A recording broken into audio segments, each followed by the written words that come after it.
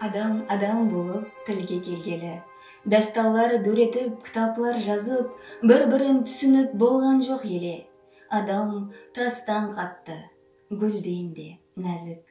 Инсан иніндегі жүктің ауырын алсаң асқар тауда ыңырана баслар. Құс шоқса Прометейдің бауырын адам төзер лекін, төзбейді таслар.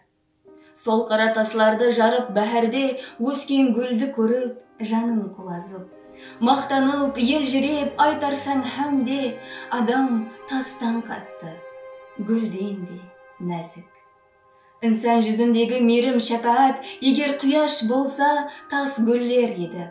Ағар дария болса, ішқы мұхаббат, дүнияда шөл қалмай, гүлленер еді.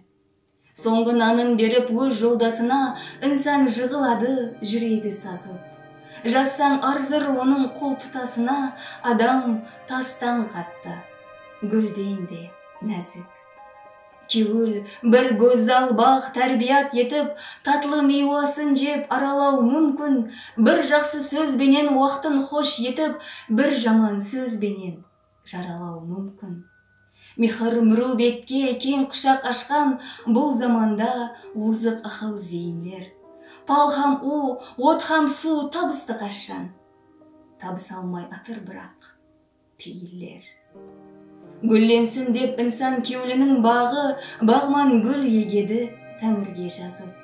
Гүлді женшіп кетер малдың тұяғы, ал адамның кеуілі гүлден де нәзік.